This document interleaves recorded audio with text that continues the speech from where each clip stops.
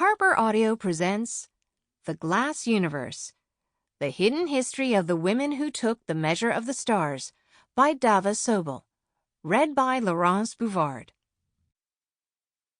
To the Ladies Who Sustain Me, Diane Ackerman, Jane Allen, Casey Cole, Mary Jaquinto, Sarah James, Joanne Julian, Zoe Klein, Celia Michaels, Lois Morris, Kiara Peacock, Sarah Pillow, Rita Ricewig, Lydia Salant, Amanda Sobel, Margaret Thompson, and Wendy Zamparelli, with love and thanks.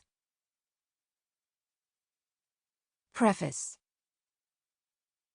A little piece of heaven. That was one way to look at the sheet of glass propped up in front of her. It measured about the same dimensions as a picture frame, 8 inches by 10, and no thicker than a window pane. It was coated on one side with a fine layer of photographic emulsion, which now held several thousand stars fixed in place, like tiny insects trapped in amber.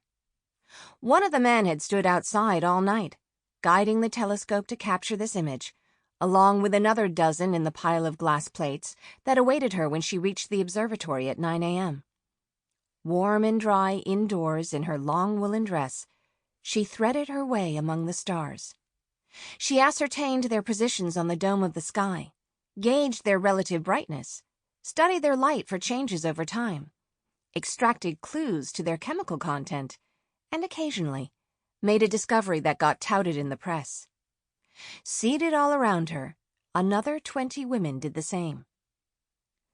The unique employment opportunity that the Harvard Observatory afforded ladies, beginning in the late 19th century, was unusual for a scientific institution, and perhaps even more so in the male bastion of Harvard University.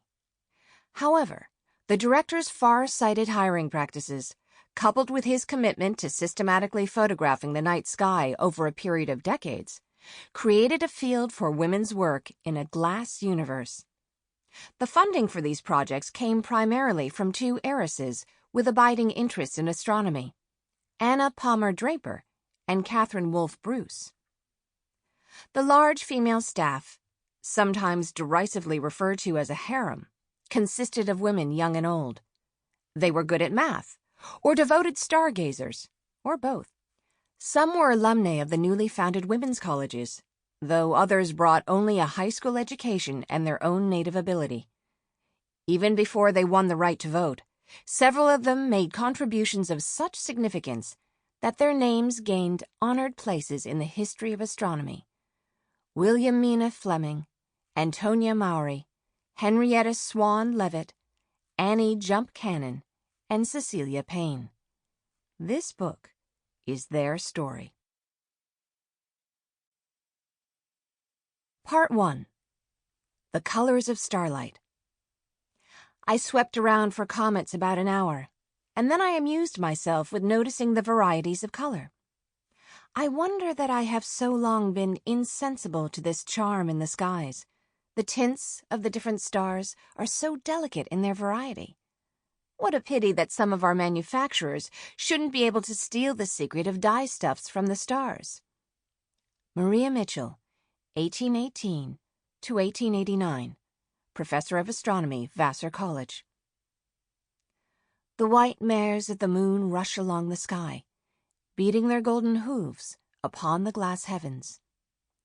Amy Lowell, 1874 to 1925, winner of the Pulitzer Prize for Poetry.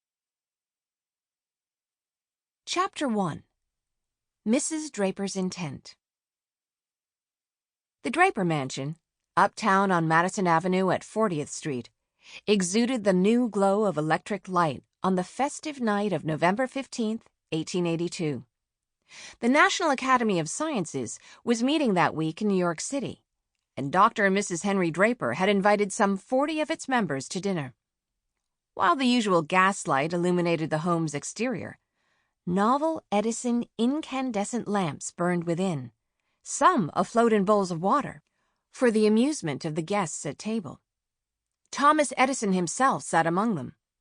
He had met the Drapers years ago on a camping trip in the Wyoming Territory to witness the total solar eclipse of July 29th. Sample complete.